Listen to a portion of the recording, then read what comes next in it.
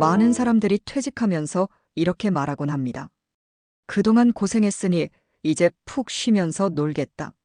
30년 넘게 일한 직장을 떠나 이제부터는 여행도 다니고 취미도 즐기며 편히 지내리라는 기대에 부풀죠. 그러나 퇴직 선배들의 현실은 꼭 그렇지 않습니다. 몇 년 전에 퇴직한 한 선배의 얘기를 들어보면 퇴직 직후에는 해방감에 정말 즐거웠다고 합니다.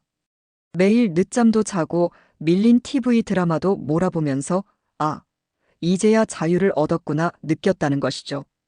하지만 요즘은 정년까지 채우지 못하고 50대에 퇴직하는 경우도 흔합니다. 평균 퇴직 연령이 50대 초반이라는 조사도 있는데요. 일찍 퇴직하고 나면 앞으로 30년, 길게는 40년 가까운 노후를 보내야 합니다. 이렇게 긴 세월을 그저 놀면서 보내는 것이 과연 가능할까요?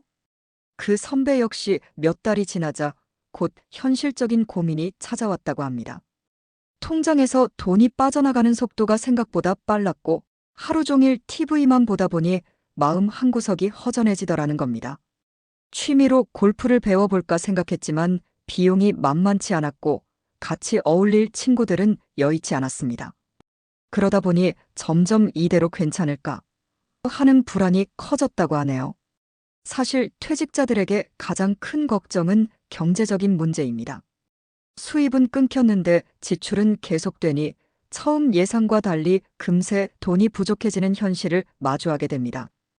퇴직할 때 받은 퇴직금과 그동안의 저축으로 버텨보려 해도 예상치 못한 지출과 꾸준한 생활비로 통장의 잔고가 빠르게 줄어듭니다. 물가 상승으로 생활비 부담은 갈수록 커지고 병원비처럼 나이가 들수록 늘어나는 의료비도 무시할 수 없습니다. 계획했던 예산이 얼마 되지 않아 바닥을 보이는 현실에 많은 분들이 당황합니다. 퇴직 후에야 월급의 빈자리가 얼마나 큰지 실감하게 되죠. 국민연금 등 공적연금을 기대해보지만 막상 받아보면 생활비에 턱없이 부족한 수준이라 실망하는 경우도 많습니다. 무료함과 보람 상실도 큰 문제로 떠오릅니다. 매일 출근할 때는 빨리 쉬고 싶다고 손꼽아 기다렸지만 정작 일터를 떠나고 나니 하루하루 시간이 남아돕니다.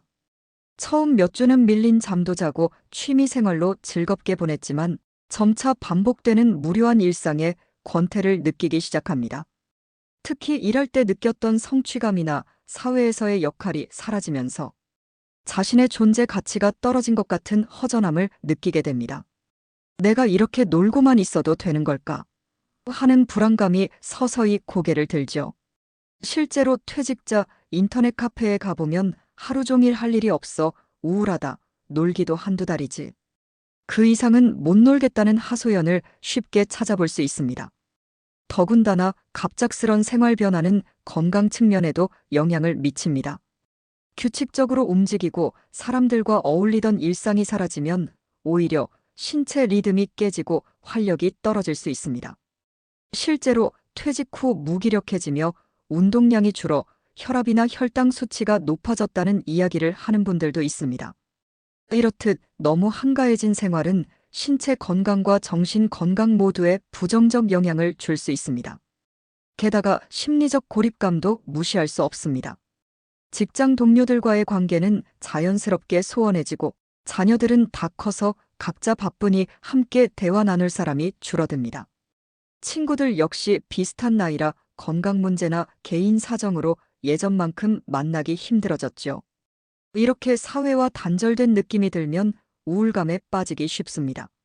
실제로 많은 은퇴자들이 퇴직 후 가장 힘든 점은 사람 만나기가 어렵고 외롭다는 것이라고 토로합니다. 또 한편으로 자녀에게 기대기도 쉽지 않은 시대입니다. 요즘 어르신들 상당수는 자녀와 함께 사는 것조차 원하지 않는다고 하죠. 정부 조사 결과 60세 이상 부모 중 무려 78%가 앞으로도 자녀와 같이 살고 싶지 않다고 응답했습니다. 부모도 자녀도 각자의 삶을 살기를 원한다는 뜻입니다. 그러다 보니 노후에 자녀의 도움을 받는 경우는 예전보다 줄어들었고 혼자 또는 배우자와만 생활하며 모든 걸 스스로 해결해야 하는 상황이 흔합니다. 물론 퇴직 후에도 경제적으로 아주 여유로워서 아무 걱정 없이 지내는 분들도 있습니다. 하지만 대다수 은퇴자들은 특별한 연금이나 막대한 자산이 없는 한 크고 작은 현실의 벽을 실감하게 마련입니다. 오죽하면 은퇴자들 사이에 결국 치킨집 차리게 된다는 농담이 있을 정도입니다. 놀고 먹는 것도 결국 돈이 있어야 가능하다는 자조적인 한탄이 나오는 것이죠. 정말로 아무 일도 안 하고 노는 삶을 보내려면 충분한 준비와 뒷받침이 필요하다는 의미일 것입니다. 이러한 현실은 통계 수치에서도 드러납니다. 통계청 자료에 따르면 65세 이상 고령자 중 3명에 1명 이상은 현재도 일하고 있다고 합니다. 이는 10명 중 3에서 4명은 놀기는커녕 여전히 일을 하고 있다는 뜻이죠. 한국의 60대 이상 고용률이 OECD 국가 중 가장 높을 정도로 많은 시니어들이 퇴직 후 다시 일터로 향하고 있는 것입니다. 결국 퇴직 후 논다는 꿈과 달리 상당수에게는 생계를 위해 또는 삶의 보람을 찾아 일을 계속해야 하는 노후가 현실로 다가오고 있습니다. 그렇다면 과연 퇴직 후에 일하지 않고 놀기만 하면서 살 수 있는 사람이 얼마나 될까요? 현실의 데이터는 우리에게 무엇을 말해줄까요? 이제 다음 장에서 데이터로 본 은퇴 후 삶의 현실을 알아보겠습니다. 그리고 이어서는 실제 퇴직자들의 생생한 경험담을 들어보고 영상 후반부에는 퇴직 후 만족스러운 삶을 위한 전략과 조언들을 함께 살펴볼 예정입니다. 퇴직을 앞둔 분들이나 이미 은퇴하신 시니어 여러분께 분명 도움이 될 내용이니 끝까지 함께 해주세요. 데이터로 본 퇴직 후 노는 삶의 현실. 이제 통계 데이터를 통해 퇴직 후 삶의 현실을 살펴보겠습니다. 우선 은퇴 시기와 노후 기간에 대한 데이터입니다. 통계에 따르면 한국인의 평균 퇴직 연령은 52세 안팎으로 알려져 있습니다. 반면 평균 기대 수명은 80세를 훌쩍 넘습니다. 특히 65세의 기대 여명이 평균 21.6년 남 19.3년, 여 23.7년이나 되는데요. 쉽게 말해 50대에 은퇴하면 30년 이상은 더 살아야 한다는 의미입니다. 예전 세대보다 은퇴 후 보내야 할 기간이 훨씬 길어진 셈이죠. 과거 세대는 농경사회에서 은퇴 없이 평생 일하거나 대가족 제도 속에서 자녀들이 부모를 부양하는 경우가 많았습니다. 그러나 현대에는 핵가족화와 산업구조 변화로 노후를 개인이 책임져야 하는 환경이 되었습니다. 이로 인해 긴 노후 기간 동안 어떻게 경제력을 유지하고 삶의 의미를 찾을지가 중요한 문제가 되었습니다. 게다가 고령 인구 자체가 빠르게 늘고 있습니다. 2023년 현재 65세 이상 인구는 전체의 18.4%로 20년 전보다 3배 가까이 증가했습니다. 2025년에는 그 비중이 20%를 넘어서 대한민국이 초고령 사회에 진입할 것으로 전망되죠. 고령층 인구가 많아질수록 은퇴 후 삶의 문제는 개인을 넘어 사회 전체의 부담으로 다가오고 있습니다. 그렇지만 현실에서는 노후 준비가 충분하지 못한 경우가 많습니다. 한 조사에서 은퇴 세대 중 노후 준비가 잘 되어 있다고 답한 비율은 40% 남짓에 그쳤고 절반 이상은 스스로 준비가 부족하다고 평가했습니다. 통계청 사회조사에서도 19세 이상 국민의 70%가 노후 준비를 하고 있다고 밝혔지만 준비 방법으로 국민연금 가입이 가장 많았습니다. 결국 연금에 의존하는 분들이 많다는 뜻인데 국민연금 수령액 자체가 충분하지 않다면 노후 대비도 완전하지 않을 수밖에 없습니다. 재취업 현황을 보면 많은 퇴직자들이 결국 다시 일자리를 찾고 있음을 알 수 있습니다. 한 연구에 따르면 45세 이후 퇴직을 경험한 근로자 중 57.5%가 결국 재취업에 성공했습니다. 하지만 그 과정이 쉽지 않아 평균 15.6개월이 걸렸습니다. 1년 넘게 실직 상태로 지내는 경우가 흔한 것이죠. 또 재취업에 성공하더라도 임금은 이전 일자리의 약 70% 수준에 불과했습니다. 오래 다닌 직장에서 퇴직한 사람일수록 새 일자리에서는 임금이 크게 줄어드는 것입니다. 실제로 고용정보원 자료에 따르면 한 직장에서 10년 이상 근속한 중장년이 재취업하면 이전 직장 대비 임금 수준이 70% 정도에 머물렀다고 합니다. 재취업 시장의 경쟁 강도도 만만치 않습니다. 먼저 퇴직 후 재취업까지 긴 시간이 걸린다는 문제가 있죠. 한국노동패널 자료에 따르면 45세 이후 퇴직자를 기준으로 재취업까지 평균 15.6개월 소요된다고 합니다. 청년들의 첫 취업보다도 더 오래 걸리는 셈입니다. 또한 연령 차별의 장벽도 큽니다. 60대 이상 구직자가 젊은 세대와 경쟁하기란 쉽지 않고 경력을 살리고 싶어도 나이 때문에 채용에서 탈락하기 일쑤입니다. 실제로 현직에 있는 50에서 60대들도 퇴직 후 다시 일할 의향을 많이 보이고 있습니다. 한 설문조사에서 50대 직장인의 70% 이상이 정년 퇴직 후 재취업을 고려하고 있다고 응답했습니다. 그만큼 많은 사람들이 은퇴 이후에도 일할 필요성을 느낀다는 의미입니다. 일자리의 질도 문제입니다. 퇴직 후 얻는 새로운 일자리는 대체로 단순 노무직이나 비정규직인 경우가 많습니다. 통계에 따르면 60대 근로자의 40%가 월 200만 원 이하의 급여를 받고 있고 70대의 절반 이상 55%는 월 100만 원 미만의 소득에 그칩니다. 일자리는 이어가지만 근로소득이 크게 줄어드는 현실인 것입니다. 게다가 재취업한 후에도 안정적으로 오래 일하기 어려운 상황입니다. 중고령층의 경우 새 일자리에서 1년 미만 근속하는 비율이 34.4%에 달하는데 이는 OECD 평균 8.6%보다 훨씬 높은 수치입니다. 이렇게 재취업 자체도 어렵지만 설령 취업해도 일이 오래 지속되지 않는 경우가 많습니다. 한편 퇴직 후 창업을 계획하고 있다면 더욱 신중한 접근이 필요합니다. 충분한 시장 조사와 현실적인 사업 계획을 세우고 초기에는 지나친 과투자를 피해야 합니다. 은퇴자들의 창업이 실패하는 경우도 적지 않으므로 가능하다면 소규모로 시험 운영을 해본 뒤 점차 확대하는 전략이 바람직합니다. 자신의 적성과 사업성이 맞는지 먼저 검증하는 과정을 거친 후에 본격적으로 투입해도 늦지 않습니다. 은퇴 후 소득원을 살펴보면 결국 본인 힘으로 노후를 책임지는 비율이 압도적이라는 것을 알 수 있습니다. 통계청 사회조사에 따르면 60세 이상 고령자의 생활비 마련 방법은 본인 또는 배우자 부담이 76.0%로 대부분을 차지합니다.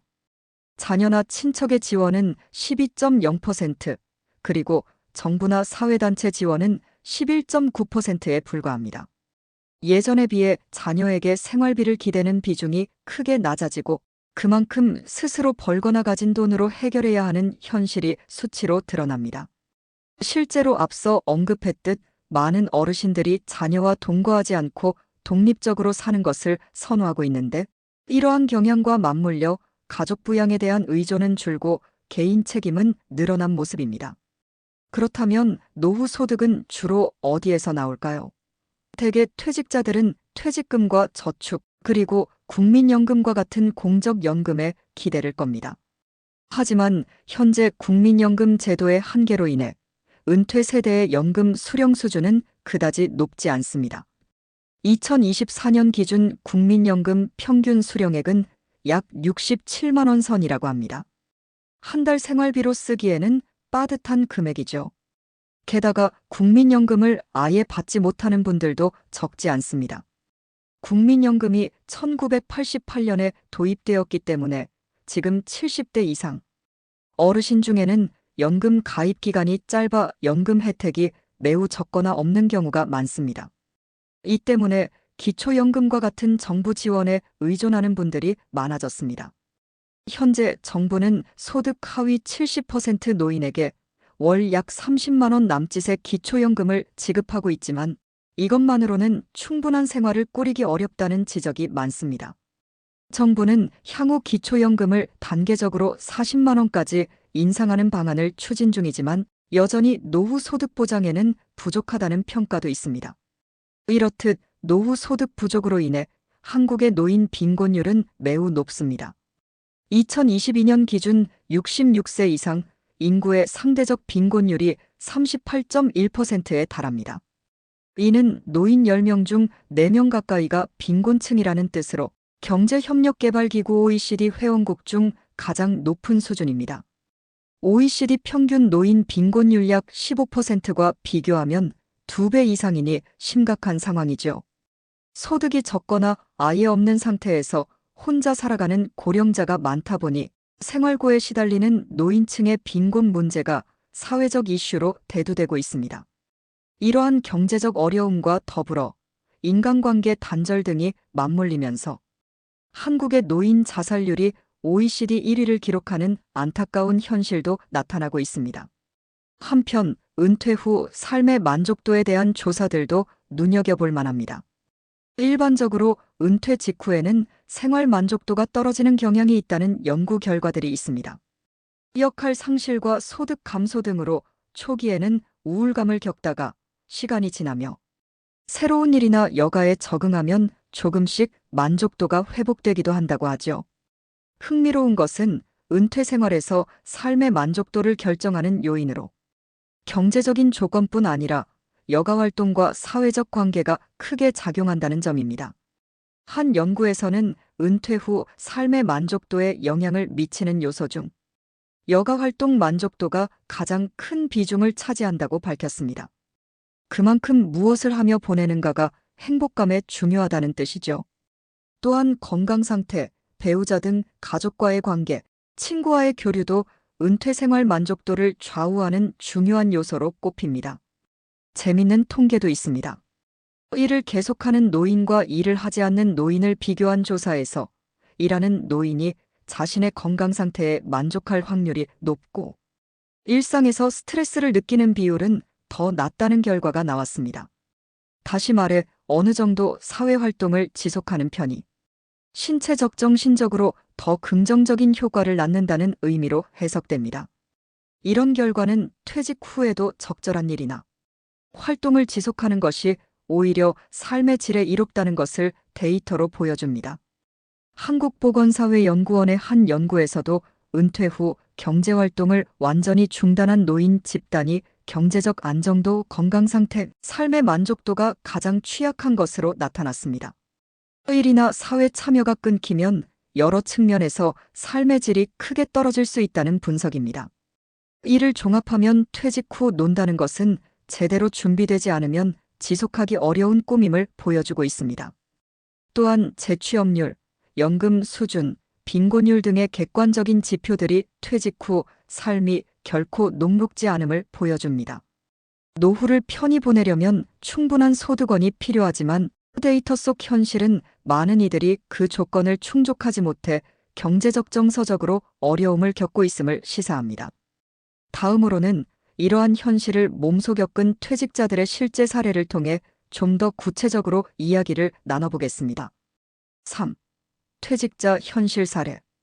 통계 수치는 우리에게 전반적인 추세를 알려주지만 그 이면에는 각각 다른 이야기들이 숨겨져 있습니다. 이제 몇 명의 은퇴자를 통해 숫자 뒤에 가려진 현실을 들여다보겠습니다. 여기 3명의 은퇴자가 있습니다. 각기 다른 상황을 겪었지만 이들의 이야기는 퇴직 이후 마주치는 도전과 변화를 잘 보여줍니다. 김영수 가명, 55세 자유의 기쁨에서 경제적 현실까지. 김영수 씨는 55세에 다니던 대기업에서 명예퇴직을 했습니다. 오랫동안 몸담았던 직장을 떠나던 날, 김 씨의 마음은 말 그대로 날아갈 듯한 해방감으로 가득했습니다. 이제부터는 내 시간이다. 그는 매일 아침 늦잠도 자고 여유롭게 동네 공원을 산책하며 퇴직 후 첫 한두 달을 황금같이 보냈습니다. 오랜 꿈이었던 해외여행도 아내와 함께 다녀왔습니다.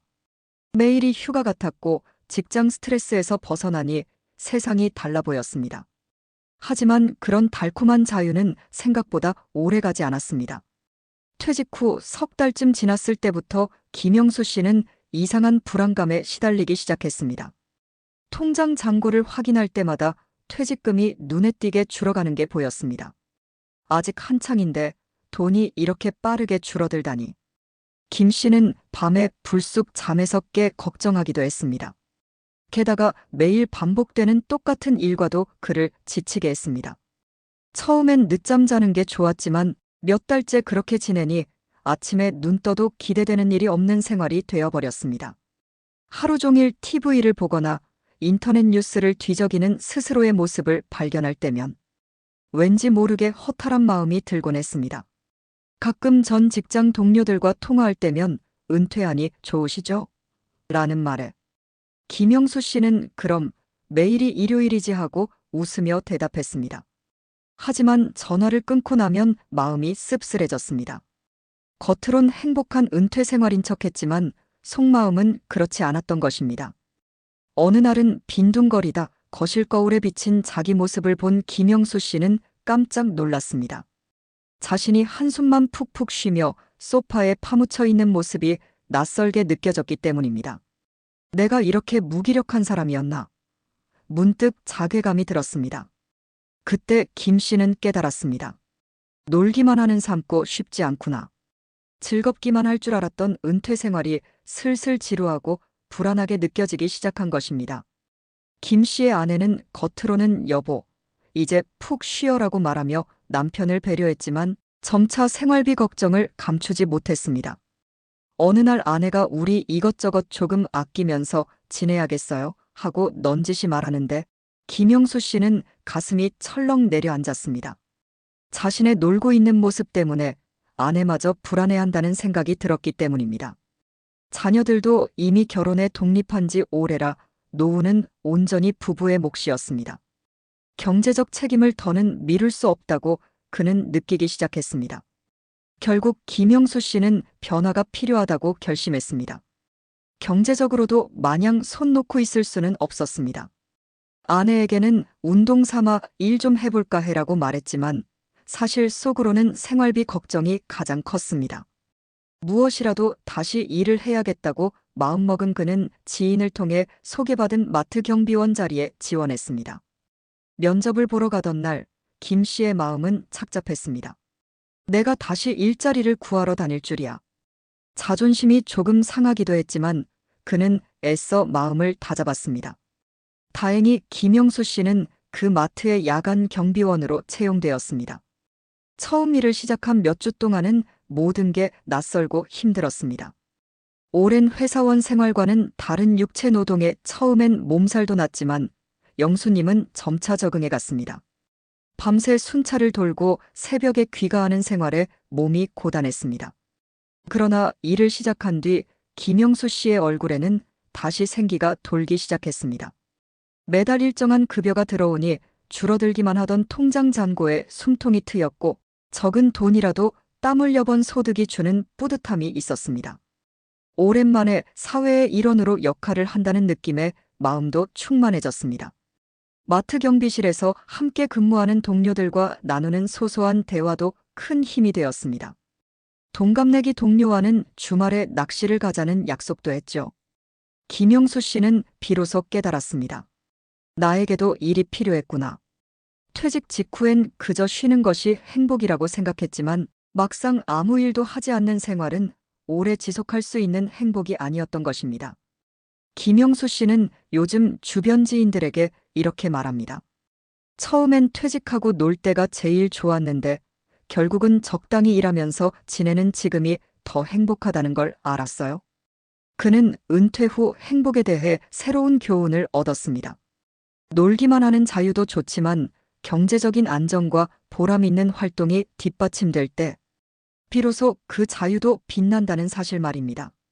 김영수 씨의 사례는 퇴직 후 경제적 안정과 일의 보람이 얼마나 중요한지를 보여줍니다. 다음은 다른 형태의 위기를 겪은 은퇴자의 이야기입니다. 이현숙 가명, 62세 예기치 못한 위기와 새로운 활력. 이현숙 씨는 62세에 공직 생활을 마무리하고 퇴직했습니다. 퇴직 후 남편과 여유로운 전원 생활을 꿈꾸며 작은 교회 마을로 이사까지 했습니다. 처음 몇 달간 현숙 씨 부부의 은퇴 생활은 더없이 평화로웠습니다. 아침에는 함께 텃밭을 가꾸고 오후에는 동네 산책을 하거나 도서관에서 책을 읽으며 보냈습니다. 이 정도면 꽤 성공적인 노후 아닌가? 현숙 씨는 스스로도 만족스러웠습니다. 특별히 돈 쓸 일도 많지 않고 오랫동안 함께하지 못했던 시간을 남편과 보내는 것만으로도 충분히 행복했습니다. 그런데 은퇴 1년 차 되던 무렵 예기치 못한 일이 닥쳤습니다. 남편의 건강에 문제가 생긴 것입니다. 남편은 갑작스러운 심장 질환으로 큰 수술을 받았고 그 후로 거동이 불편해졌습니다. 현숙 씨는 하루아침에 남편의 간병인 역할을 하게 되었습니다. 자신이 건강을 돌봐야 하는 입장이 되리라곤 생각지도 못했습니다. 설상가상으로 병원비와 약값 등 의료비 지출이 늘어나면서 그동안 모아둔 노후 자금에 큰 구멍이 생기기 시작했습니다. 현숙 씨는 병원과 집을 오가며 거의 24시간 간병을 하는 생활을 이어갔습니다. 새벽에도 남편 상태를 살피고 약을 챙겨드리느라 제대로 잠을 이루지 못하는 날이 많았습니다. 가까운 곳에 친정 식구나 돌봐줄 사람이 없었기에 모든 책임이 그녀 어깨에 놓여 있었죠. 가끔 멀리 떨어져 지내는 딸과 통화할 때면 현숙 씨는 늘 밝게 말했지만 전화를 끊고 나면 몰려오는 외로움에 조용히 눈물을 훔치곤 했습니다. 남편 치료비 대느라 통장이 텅 비겠어요.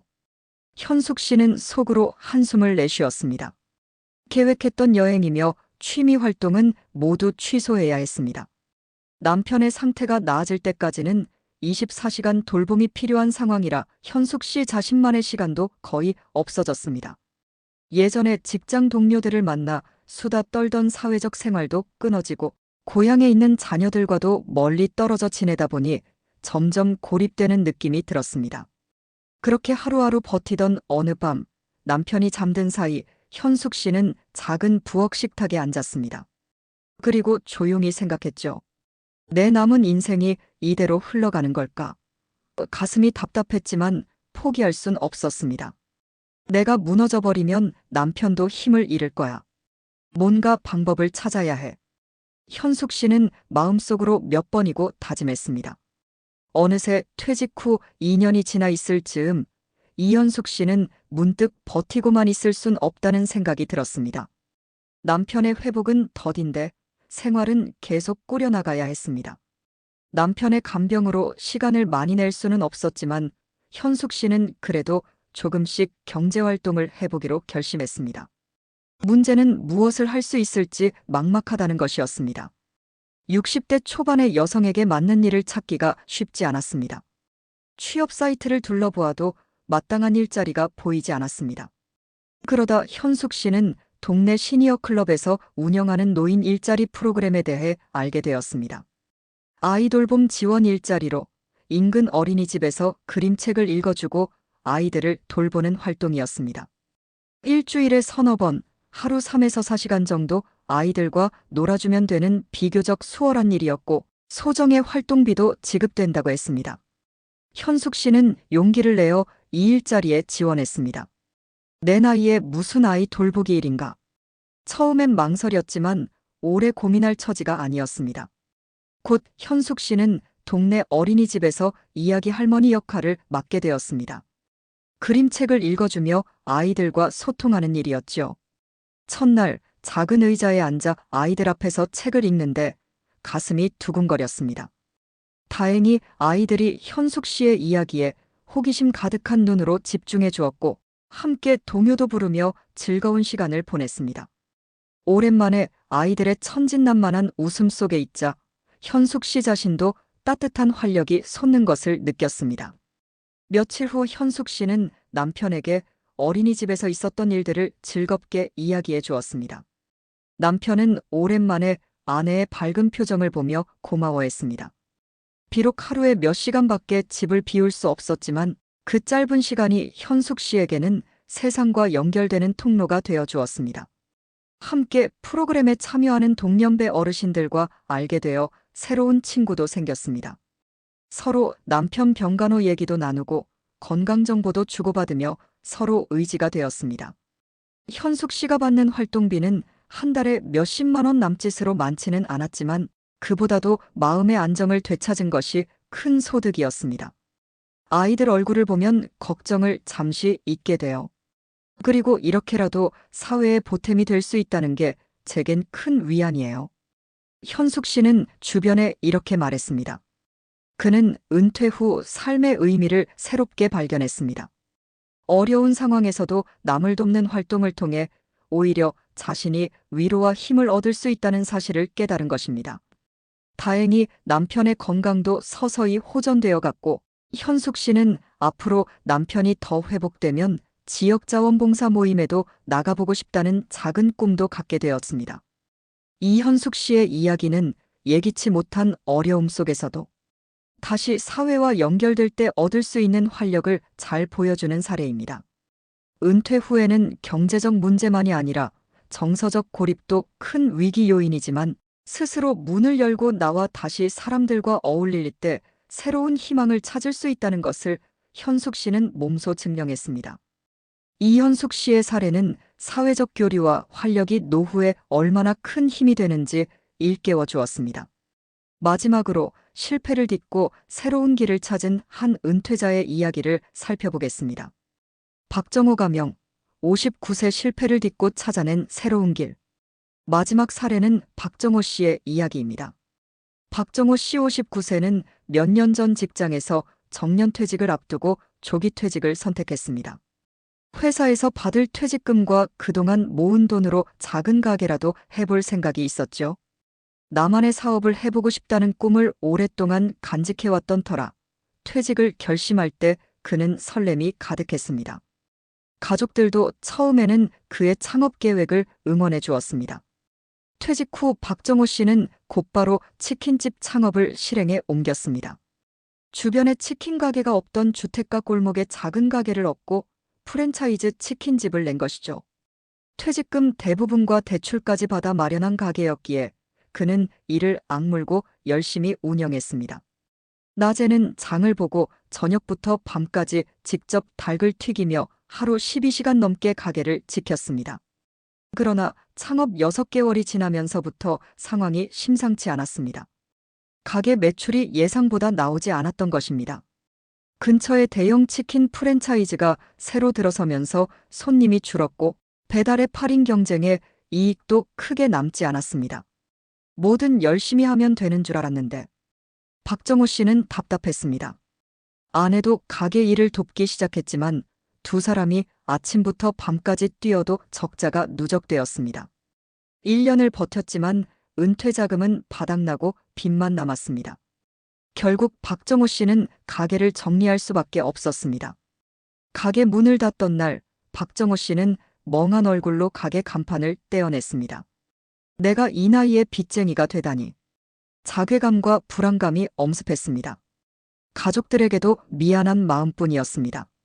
퇴직 당시 그를 응원했던 자녀들은 오히려 괜히 사업한다고 해서 어려워졌다고 걱정했고, 박 씨는 아무 말도 할 수 없었습니다. 그날 밤 박정호 씨는 홀로 거실에 앉아 늦은 시간까지 잠을 이루지 못했습니다. 캔맥주를 몇 모금 마시며 내가 너무 안일했나 자책도 해보고 이 나이에 다시 뭘 할 수 있을까 막막해지기도 했습니다. 하지만 그는 곧 마음을 다잡았습니다. 가족을 책임져야 한다는 생각에 다시금 일어서기로 결심한 것입니다. 남은 빚을 갚고 살아가기 위해 박정호 씨는 다시 일을 찾아야 했습니다. 하지만 60세를 앞둔 그의 이력서를 받아주는 곳은 많지 않았습니다. 일단 뭐든 해보자. 그는 닥치는 대로 일용직 일자리를 구했습니다. 새벽 인력시장에 나가 공사장 잡부 일도 하고 택배 물류창고 상하차 일도 했습니다. 몸은 고됐지만 이렇게라도 돈을 벌 수 있음에 그나마 다행이라 여겼습니다. 가족을 위해서라면 뭐든 해야죠. 박정호 씨는 스스로를 다독이며 하루하루 버텨냈습니다. 그러던 어느 날 지인으로부터 중장년 재취업 교육 프로그램에 대한 소식을 들었습니다. 시청 산하 일자리 센터에서 전기 설비 관리사 교육을 무료로 해준다는 것이었습니다. 젊었을 때 전자회사에서 근무했던 경험도 있고 전기 분야에 관심이 있던 박정호 씨는 이 기회를 놓치지 않기로 했습니다. 지금이라도 다시 배우자. 그는 마음먹고 교육 프로그램에 등록했습니다. 박정호 씨는 처음엔 망설였습니다. 내 나이에 새로운 공부를 해서 뭐 할까? 그러나 아내는 여보, 당신 옛날에 전기일 잘했잖아요. 한번 해봐요 하고 오히려 그의 등을 떠밀었습니다. 가까운 친구들도 지금이라도 도전해보는 게 좋겠다며 응원해 주었습니다. 교육과정은 3개월 동안 진행되었습니다. 박정호 씨는 20대 청년들 틈에서 오랜만에 공부하는 즐거움을 맛보았습니다. 나이는 가장 많았지만 그는 누구보다 성실히 수업에 참여했고 실습에도 열정을 보였습니다. 함께 교육받던 젊은이들이 처음엔 어색해했지만 이내 박 씨의 성실함에 감탄하며 여러 가지를 도와주기도 했습니다. 박정호 씨는 교육생들과 세대 간 우정까지 쌓게 되었습니다. 첫 수업날 젊은 교육생들 틈에 앉아 있자니 박정호 씨는 살짝 주눅이 들었습니다. 오랜만에 연필을 쥔 손은 어색했고 칠판 가득 쓰인 전기이론 공식들이 머리에 잘 들어오지 않았습니다. 그러나 그는 포기하지 않았습니다. 집에 돌아와서도 교재를 복습하고 이해 안 되는 부분은 인터넷을 찾아가며 공부했습니다. 며칠 지나자 감각이 되살아났고 그도 젊은이들과 어깨를 나란히 할 수 있다는 자신감이 생겼습니다. 마침내 노력 끝에 박정호 씨는 전기기능사 자격증을 취득했습니다. 주변 지인들은 대단하다며 축하해 주었습니다. 그는 곧바로 지역 건물 관리 업체에 전기 설비 점검 아르바이트를 구할 수 있었습니다. 주 3에서 4일 건물들을 돌며 전기 시설을 살펴보고 간단한 수리를 하는 일입니다. 한 번 일할 때마다 적지 않은 수당을 받을 수 있어 예전에 공사판에서 하루 종일 일하던 것보다 효율이 훨씬 좋았습니다. 현장에서 함께 일하는 30대 직원들은 처음엔 박정호 씨를 어르신이라 부르며 어려워했지만 곧 그의 성실함과 배움의 열정에 마음을 열었습니다. 어느 날 한 젊은 동료가 박 선배님, 이 부분은 이렇게 하시면 됩니다라며 새로운 기술을 알려주었고 박 씨는 고맙다며 열심히 메모했습니다. 젊은이들에게도 배우고자 하는 그의 자세에 모두들 박수를 보냈습니다. 무엇보다 박정호 씨는 오래간만에 일에서 즐거움을 느끼고 있었습니다.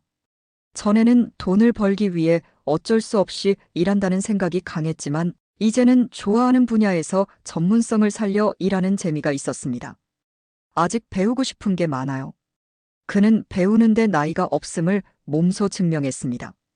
함께 일하는 30대 직원들에게도 존경을 받으며 박정호 씨는 제2의 커리어를 이어가고 있습니다. 요즘 박정호 씨는 일하지 않는 날이면 손주들과 공원을 산책하거나 이웃의 고장난 전등을 고쳐주며 지냅니다. 그는 몸은 좀 피곤해도 마음은 정말 편해요라고 웃으며 말합니다. 불과 몇 년 전만 해도 절망 속에 있던 그였지만 이제는 노후의 새로운 목적을 찾아 충실한 나날을 보내고 있습니다. 박정호 씨는 말합니다. 퇴직 후 한 번 크게 실패했지만 덕분에 제가 진짜로 하고 싶은 일을 찾았어요. 그는 자신이 겪은 좌절과 재도전을 통해 은퇴 후 새로운 인생을 설계하는 법을 배웠습니다. 이제 그는 남들 앞에서 자신의 경험을 솔직히 이야기하며 비슷한 나이대의 사람들에게 포기하지 말라는 조언을 전하곤 합니다. 이 3명의 이야기는 각기 다르지만 공통적으로 우리에게 중요한 메시지를 줍니다. 퇴직 후의 삶은 한 번의 선택으로 끝나는 것이 아니라 끊임없이 적응하고 새롭게 만들어가는 과정이라는 것입니다. 김영수 씨는 노는 것도 준비가 필요하다는 깨달음을 얻었고 이현숙 씨는 사회와의 연결이 주는 힘을 실감했습니다. 박정호 씨는 늦은 나이에도 배움과 도전으로 새로운 길을 찾을 수 있음을 보여주었습니다.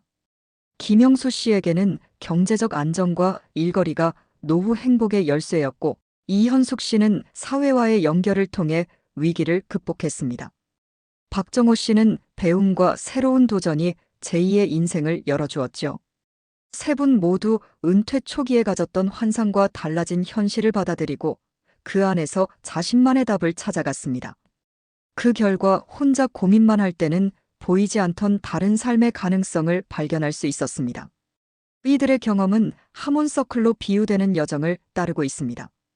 처음엔 편안함과 자유를 누리다가 안정된 일상, 새로운 필요나 문제를 느끼고 욕구 발생, 낯선 상황에 뛰어들어 모험 시작 고군분투하며 실현과 적응, 결국 필요한 것을 얻거나 깨닫고 획득, 그 대가로 가치관의 변화를 겪은 뒤대가와 변화, 다시 삶의 터전으로 돌아와 위한 이전과 달라진 자신으로 살아가는 모습입니다. 은퇴 후 삶고 이처럼 하나의 모험담과 같습니다. 중요한 것은 위기 뒤에 찾아오는 성장입니다. 누구나 처음에는 퇴직을 하면 마음껏 쉬고 싶어 하지만 결국 삶의 보람과 안정을 추구한다는 점에서 비슷합니다. 그리고 그 보람과 안정을 얻는 방법은 사람마다 달랐지만 스스로 적극적으로 길을 찾고 움직였을 때 비로소 얻을 수 있었다는 공통점이 있습니다. 결국 퇴직 후 노는 삶고 저절로 주어지는 것이 아니라 능동적으로 개척하는 삶 속에서 비로소 얻어진다는 것입니다.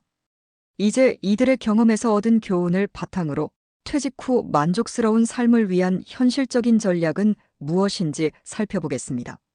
4. 퇴직 후 만족스러운 삶을 위한 현실적 전략. 마지막으로 앞서 살펴본 현실을 바탕으로 퇴직 후에도 만족스러운 삶을 누리기 위한 현실적인 전략들을 정리해 보겠습니다. 행복한 은퇴 생활은 저절로 오지 않습니다. 하지만 미리 대비하고 꾸준히 노력한다면 퇴직 후에도 놀 수 있는 삶을 현실로 만들 수 있습니다. 첫째, 철저한 재무 설계와 자산 관리가 필요합니다. 은퇴 후 여유롭게 지내려면 결국 돈 걱정이 덜 해야 합니다. 이를 위해 현역 시절부터 노후 자금을 체계적으로 준비해야 하죠. 금융 전문가들은 은퇴 전 소득의 70에서 80% 수준을 노후 생활비로 확보하라고 권장합니다. 예를 들어 월급이 300만 원이었다면 은퇴 후에도 월 210만 원 이상은 쓸 수 있도록 준비해야 비슷한 생활 수준을 유지할 수 있다는 뜻입니다. 이를 위해 국민연금, 퇴직연금, 개인연금 등을 최대한 활용해야 합니다.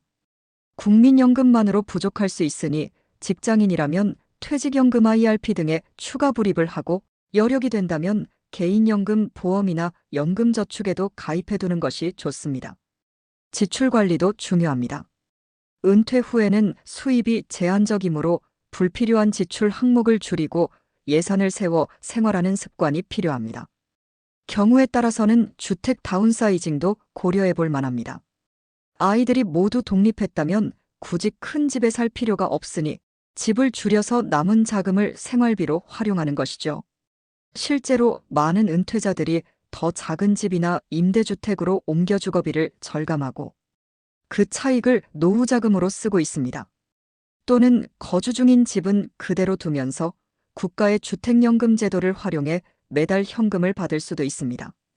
집을 담보로 은행에서 매달 연금 형태로 생활비를 지급받는 제도로 자산은 있지만 현금 흐름이 부족한 시니어들에게 유용한 방안입니다. 은퇴 이후에는 기존 저축이나 자산을 꺼내 쓰는 소득 공백기가 길어지므로 자산을 현금 흐름으로 전환하는 전략이 필요합니다. 가지고 있는 예금을 연금 상품으로 전환하거나 배당 수익을 주는 투자로 일정한 현금 흐름을 확보하는 것도 방법입니다. 또 은퇴 후 예상치 못한 지출에 대비해 비상 자금을 확보해 두는 것이 중요합니다. 갑작스러운 질병이나 사고로 목돈이 필요할 수 있으니 예금이나 보험 등의 형태로 최소한의 긴급 자금을 남겨두어야 합니다. 젊을 때 가입한 보험들이 있다면 은퇴 후 보장 내용과 보험료를 재점검하고 필요하다면 실손의료보험 등 의료비 대비책도 마련해 두는 것이 좋습니다. 또 한 가지 유념할 점은 자녀 지원과 자신의 노후 준비의 균형입니다. 부모로서 자녀의 결혼자금이나 주택자금을 돕고 싶은 마음이 크겠지만 그 때문에 자신의 노후 자금을 지나치게 소진해서는 안 됩니다. 본인의 노후가 불안정해지면 결국 자녀에게도 부담이 될 수 있으므로 노후 자금은 우선 확보하고 여력이 되는 범위 내에서 자녀를 돕는 지혜가 필요합니다. 또 국민연금의 경우 수령 시기를 늦추면 연금액이 증액되는 연기연금 제도가 있습니다. 당장 다른 소득원이 있다면 국민연금 수령을 최대 5년까지 늦춰서 매달 받는 금액을 높이는 방법도 고려해 보세요. 반대로 조기 수령 제도도 있지만 평생 감소된 연금을 받게 되므로 신중히 판단해야 합니다. 이처럼 자신의 건강 상태와 재정 상황에 맞춰 연금을 수령하는 전략을 세우는 것도 도움이 됩니다. 둘째, 이를 포함한 사회 활동을 지속하십시오. 앞서 사례들에서 보았듯이 퇴직 후에도 적당한 일이나 사회 참여 활동을 하는 것이 삶의 만족도와 건강에 긍정적인 영향을 줍니다. 꼭 생계를 위해서뿐만 아니라 활력 있는 노후를 위해서도 계속 몸과 마음을 움직이는 것이 중요합니다. 만약 정년퇴직을 했다면 기존 경력을 살릴 수 있는 재취업 기회를 찾아보세요.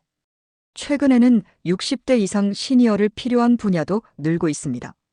예를 들어 경비원, 상담직, 관리직 등은 연륜 있는 분들을 선호하기도 하죠. 고용지원센터나 지자체의 시니어 일자리 상담 창구를 방문하면 자신의 경력과 적성에 맞는 일자리를 찾아볼 수 있습니다. 정부와 지자체의 노인 일자리 사업도 적극 활용해 볼 만합니다. 노인 일자리 사업은 공익활동형, 사회서비스형 등 다양한 분야에서 어르신들에게 맞춤형 일자리를 제공합니다. 예를 들어 지자체에서 운영하는 시니어 클럽에 등록하면 아동 돌봄, 거리 환경 정비, 복지시설 도우미 같은 일자리를 얻을 수 있습니다. 비록 월급은 크지 않아도 규칙적인 일과 사람들과의 교류를 통해 얻는 보람이 큽니다. 실제로 많은 참여자들이 일을 하며 건강과 자신감을 되찾았다는 후기를 전하고 있습니다. 일주일에 몇 번이라도 출근할 곳이 있다는 건 큰 활력소가 되니까요. 한편 일부 기업에서는 시니어 인턴십 제도를 통해 중장년층을 채용하기도 합니다. 이는 정부가 기업의 인건비를 일부 지원하여 어르신들의 고용을 장려하는 제도입니다.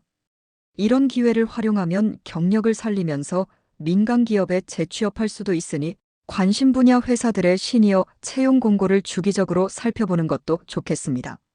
일할 의지가 있고 전문성을 살리고 싶다면 중장년 재취업 교육 프로그램에도 눈을 돌려보세요. 고용노동부나 지방자치단체, 민간기관에서 50대 이상을 위한 직업훈련 과정을 운영하는 경우가 많습니다. IT 기초, 회계, 요양보호사 교육부터 1인 창업 지원 과정까지 종류도 다양합니다. 이런 교육을 받으면 새로운 기술을 익힐 뿐 아니라 비슷한 또래의 사람들과 정보를 교류하며 사회적 연결망도 넓힐 수 있습니다. 박정호 씨 사례에서 보았듯 늦은 나이라도 배우는데 늦지 않습니다. 배우고자 하는 의지만 있다면 제2, 제3의 인생을 열 수 있는 길은 생각보다 많습니다. 일 외에도 자원봉사나 지역 모임에 참여하는 것을 추천합니다. 예를 들어 평소 경험이나 재능을 살려 멘토링에 나선다든지 지역 복지관에서 봉사활동을 하는 것도 보람 있는 일입니다.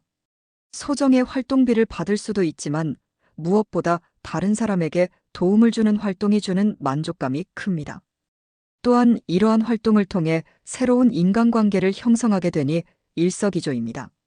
셋째, 사회적 관계망을 꾸준히 유지해야 합니다. 퇴직 후 행복한 삶의 중요한 요소 중 하나가 외로움을 느끼지 않는 것입니다. 이를 위해 가족, 친구, 이웃과의 유대관계를 지속적으로 관리해야 하죠. 직장을 떠나면 회사 동료들과 자연히 멀어지기 쉽기 때문에 의식적으로 연락을 이어갈 필요가 있습니다. 정기적인 모임을 만들거나 가벼운 안부 전화라도 주고받으며 인간관계를 유지하세요. 친구들과 주기적으로 등산이나 운동을 함께 하거나 동호회에 가입해 공통의 취미를 즐기는 것도 좋습니다. 요즘은 시니어를 위한 합창단, 그림 교실, 컴퓨터 교실 등 다양한 모임이 있으니 관심 분야에 도전해보세요.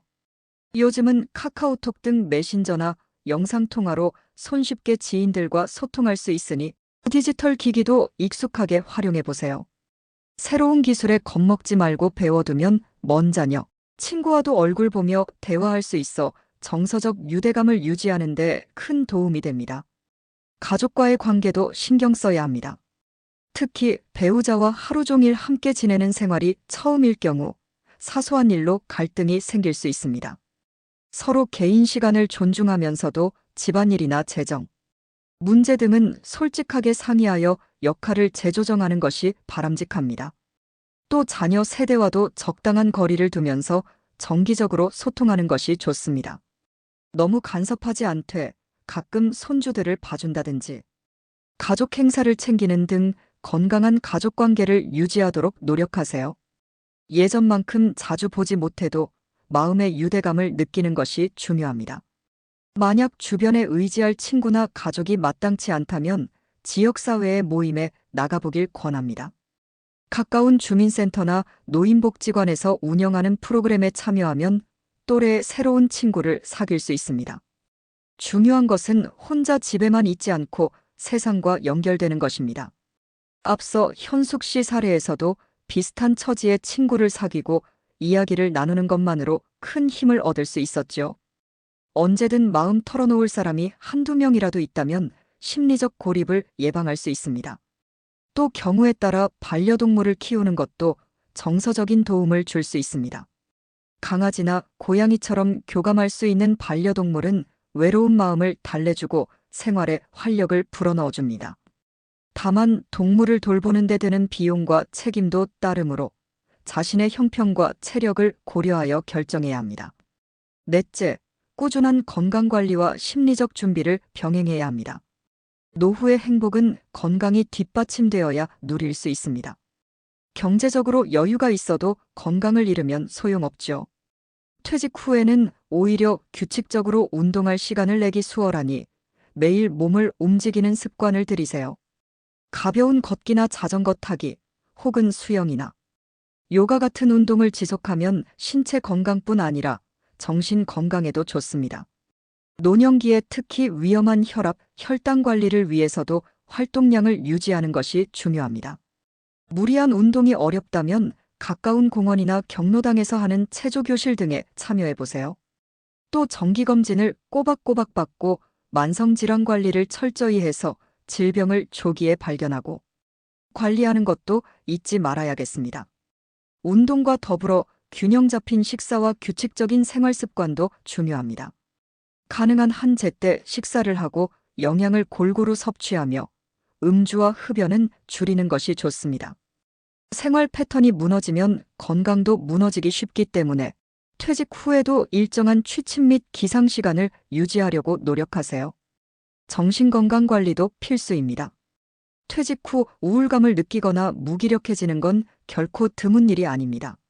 사회적으로 역할이 줄었다는 상실감 때문에 겪는 심리적 변화이죠.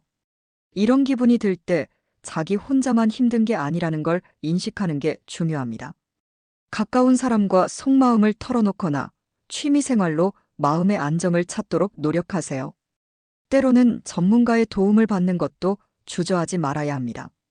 필요하다면 노인 상담센터나 정신건강의학과의 상담을 통해 우울 증상을 다스리는 것도 건강한 노후를 위한 용기 있는 선택입니다. 또 뇌 건강을 위해 꾸준히 두뇌 활동을 하는 것도 권장됩니다. 독서나 글쓰기, 퍼즐 맞추기, 새로운 악기나 언어, 배우기 등은 뇌를 자극하여 인지 기능을 유지하는 데 도움이 됩니다. 평소 관심 있었지만 직장 생활 중 바빠서 못했던 공부가 있다면 은퇴 후에 다시 시작해보세요. 성취감을 느끼며 뇌 건강도 지킬 수 있습니다. 마지막으로 끊임없는 배움과 도전의 자세를 가지세요. 너무 거창한 것이 아니어도 좋습니다. 새로운 취미를 시작하거나 가보고 싶었던 여행을 계획하는 등 작은 목표를 하나씩 이루어 나가다 보면 삶에 활력이 생깁니다. 나이가 들었다고 해서 배우지 말라는 법은 없습니다. 오히려 은퇴 후에는 하고 싶지만 미뤄둔 것을 할 시간과 자유가 있습니다. 그것을 의미 있게 활용하는 사람이 즐거운 노후를 보낼 수 있다는 점을 기억하세요. 지금까지 재무, 일자리, 관계, 건강 측면에서 현실적인 조언들을 살펴보았습니다. 요약하자면 퇴직 후에도 잘 놀기 위해서는 미리 준비하고 꾸준히 움직여야 합니다. 일찍부터 재정을 계획하고 은퇴 후에도 사회와 자신을 계속 연결시켜 놓아야 하죠. 막연히 쉴 수 있겠지 생각하기보다는 어떻게 쉬면서 보람 있게 지낼지. 전략을 세운 사람만이 자유로운 노후를 진정으로 즐길 수 있습니다.